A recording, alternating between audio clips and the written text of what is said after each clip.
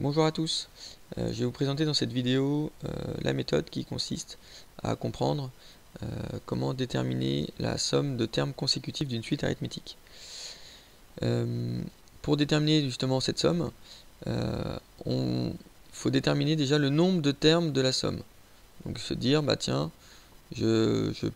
combien est-ce que j'ai de termes d'additionner dans ma somme, de connaître le premier terme et le dernier terme de ma somme.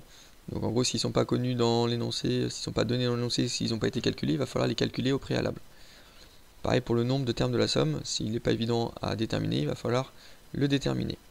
Et quand on aura déterminé ces trois éléments, il faut simplement utiliser la formule qui est donc la somme est égale à nombre de termes fois premier terme plus dernier terme divisé par 2. Et on va faire dans cet exemple justement, on va essayer de calculer la somme de 2 plus 6 plus 10 plus 14, etc. jusqu'à 30. Alors comment calculer cette somme? En fait, on remarque que si j'établis le fait que mon premier terme ici, qui est 2, c'est mon terme U0, qui vaut 2, et bien quand je regarde U0, il vaut 2, U1, il vaut 6, U2, il vaut 10, U3, il vaut 14, et ainsi de suite. Donc en fait, je regarde, je vois bien, je remarque en fait, entre U0 et U1, j'ai un écart de 4. Entre U1 et U2, j'ai un écart de 4. Entre U2 et U3, j'ai un écart de 4, et ainsi de suite. Donc en fait, on a bien un écart constant, on va supposer constant, jusqu'à 30. Donc j'ai bien une suite arithmétique de raison 4, puisque je vais de 2 à 6 avec un écart de 4, et ainsi de suite. Et de premier terme ici, que je vais appeler U0, qui va être 2. Première étape, ça va être par exemple de déterminer quelle est ma valeur, enfin quel est l'indice de mon terme ici, tel que mon terme vaut 30. Pour déterminer justement mon premier terme qui est U0 qui vaut 2, quel est l'indice de mon dernier terme ici de ma somme. Donc si j'utilise une formule, notamment celle-ci, qui est celle en fonction de U0, U0, je vais pouvoir le remplacer par 2, d'accord, et UN, c'est le 30. Le but, ça va être de déterminer justement cet indice N, d'accord, qui va me dire, bah tiens, je sais que je vais jusqu'à U10, jusqu'à U15, jusqu'à U20. On va voir combien vaut N, tel que UN est égal à 30. Donc je remplace UN par 30, je remplace le U0 par 2. Ma raison, c'est 4, parce que j'ai un écart constant de 4. Et je résous cette équation-là. Donc quand je résous cette équation-là, le 2 va passer en moins 2 de l'autre côté, et mon multiplié par 4 va passer en divisé par 4. Donc ça me donne 30 moins 2 sur 4, c'est-à-dire 7. Ça veut dire quoi? Ça veut dire que U7 est égal à 30. Donc si U7 est égal à 30, ça veut dire que je vais de U0 qui est égal à 2, donc je vais de U0 jusqu'à U7. Donc ma somme, ce sont les 8 premiers termes. Quand je vais de U0 à U7, ça me donne la somme des 8 premiers termes.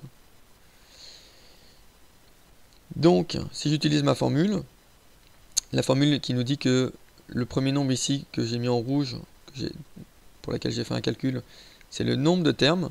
Bah, si je vais de U0 à U7, j'ai dit je fais 8 termes. Alors ici, c'est pas trop compliqué. En fait, si je vais de U1 à U7, j'ai bien 7 termes, plus le U0, ça fait 8 termes. Donc, faire attention de ne pas se tromper.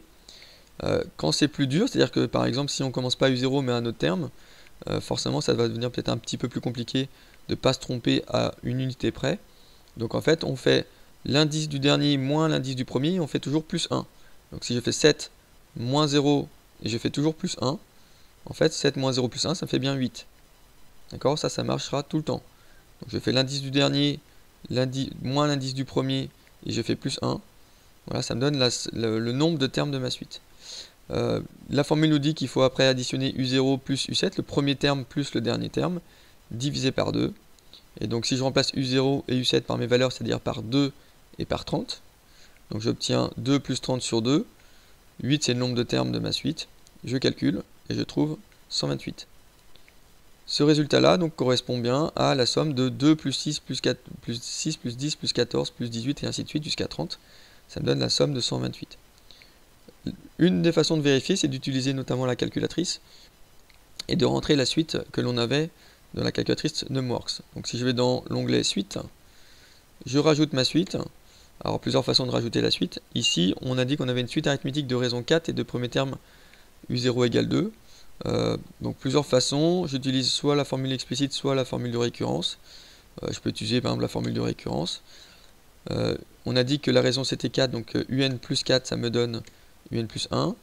Le premier terme, on l'a défini U0, on a dit que c'était U0, on a dit que c'était 2. Je vais sur mon graphique, alors je peux aller dans le tableau pour avoir mes valeurs, et donc à ce moment-là, il faudrait additionner ici tous mes termes qui sont donnés. Mais évidemment, le but c'est d'avoir directement le résultat. Donc c'est d'aller de U0, donc je me décale à U0 ici, je valide mon premier terme, U0 qui est égal à 2. Donc ici, somme des termes, je valide mon premier terme, je mets mon curseur sur mon premier terme. Donc soit je déplace avec les flèches, soit je fais directement 0 ici. Donc quand vous rentrez 0 sur vous cliquez sur 0 sur la calculatrice, ça vous indique 0 ici. Vous validez, vous indiquez le dernier terme, donc soit vous vous déplacez avec les flèches ici pour vous décaler sur le graphique, soit vous indiquez directement à la calculatrice votre dernier terme, donc nous on allait jusqu'à 7. Donc si je clique sur 7 par exemple, je rentre la valeur 7, je valide, ça me donne la somme des 8 premiers termes, c'est-à-dire de U0 à U7 qui est bien 128. Ça c'est le symbole somme qui nous dit la somme entre de U0 en gros à U7, donc U0 plus 1 plus U1 plus U2 jusqu'à U7 est égal à 128. Voilà, j'espère que vous avez compris comment calculer la somme de termes consécutifs d'une suite arithmétique. Merci de m'avoir écouté, à bientôt.